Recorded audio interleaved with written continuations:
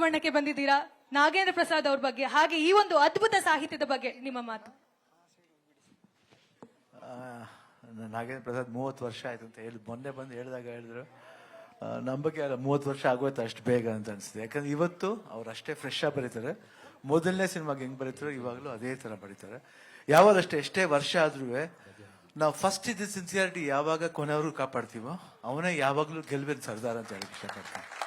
ಯಾಕಂದ್ರೆ ಏನಾಗುತ್ತೆ ಅಂದ್ರೆ ಬೆಳೀತಾ ನಾನು ಏನ್ ಮಾಡಿದ್ರು ಸರಿಯಾಗಿರುತ್ತೆ ಅಂತ ಅನ್ಕೋತಾರೆ. ಬಟ್ ಅವ್ರು ಯೋಚನೆ ಮಾಡಿ ಪ್ರತಿಯೊಂದು ಸಿನಿಮಾನು ಮೊದಲನೇ ಸಿನಿಮಾ ಅಂತ ಅನ್ಕೊಂಡು ಬರೀತಾರೆ. ಅದಕ್ಕೋಸ್ಕರನೇ ಬಹುಶಃ ಎಲ್ಲ ಹೀರೋಸ್ಗಳಿಗೂ ಒಳ್ಳೊಳ್ಳೆ ಸಾಂಗ್ಸ್ ಕೊಟ್ಟಿದ್ದಾರೆ ಅವರು. ಅದರಿಂದ ಅದ್ರ ನಂಗೂ ಪಾರಿದೆ ಅಂತ ಹೇಳಕ್ ಇಷ್ಟಪಡ್ತೀನಿ. ತುಂಬಾನೇ ಪಾರಿದೆ.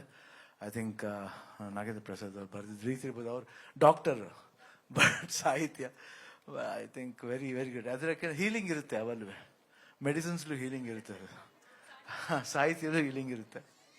ಐ ಥಿಂಕ್ ನಾಗೇಂದ್ರ ಪ್ರಸಾದ್ ಇನ್ನೂ 30 ವರ್ಷ ಆಯಿತು, ಇನ್ನು 50 ಆಗಲಿ 75 ಆಗಲಿ ಅದು ನೋಡೋಕ್ಕೆ ನಮಗೂ ದೇವ್ರು ಆಯುಷ್ ಕೊಡ್ಲಿ ಅಂತ ಕೇಳ್ಕೊತೀನಿ ಅಷ್ಟೇ.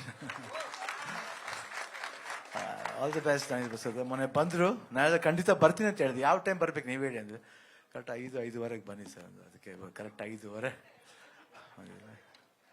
ಐ ಥಿಂಕ್ ಐ ವಿಶ್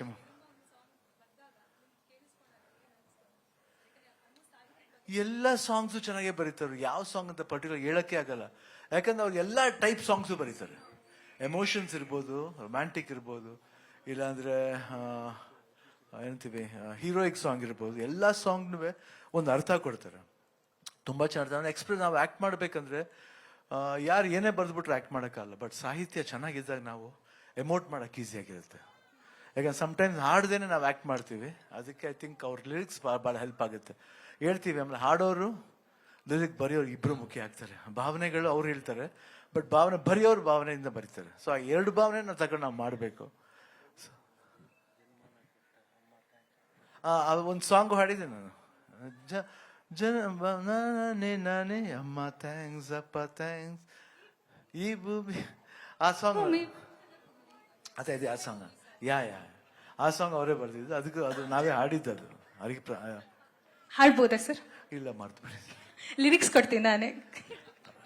ಆಮೇಲೆ ರಕೆಯ ಕುದುರೆಯಲ್ಲಿ ಜಸ್ಟ್ ಹೌದು SPB ಅವ್ರಿಗೆ ಹಾಡಿದ ಲಾಸ್ಟ್ ಸಾಂಗ್ ಅದು. ಯಾಕಂದ್ರೆ ತುಂಬಾ ಜನ ಅದು ಬೇಡ ಹಾಡೋರು ಹಾಡೋದು. ನಾನು ಹೇಳಿದೆ ಇಲ್ಲ, ಅದು SPBನೇ ಆಡಬೇಕು ಅವರು. ನನಗೆ ಅವ್ರ ವಾಯ್ಸೇ ಬೇಕು ಅಂತ ಆ ಸಾಂಗ್ಗೆ ತುಂಬ ಹಠ ಮಾಡಿ ಅದು ಮಾಡಿದ್ದು. ಆಮೇಲೆ ಎಲ್ಲರೂ ಒಪ್ಕೊಂಡು ಅವ್ರು ಆಡಿಸಿದ್ರು. ನನಗೆ ಭಾಳ ಖುಷಿ ಆಯ್ತು ಅವ್ರು ಆಡಿದ್ದು. ಆಮೇಲೆ ಆ ಸಾಹಿತ್ಯನೂ ಅಷ್ಟೇ. ಅದು ಮಲಯಾಳಂ ಸಾಂಗ್. ಅದು ಈಕ್ವಲ್ ಆಗಿ ಅವರು ಆ ಸಾಂಗ್ ಮಾಡಿದ್ದಾರೆ. I think one of my favourite song ಅದು.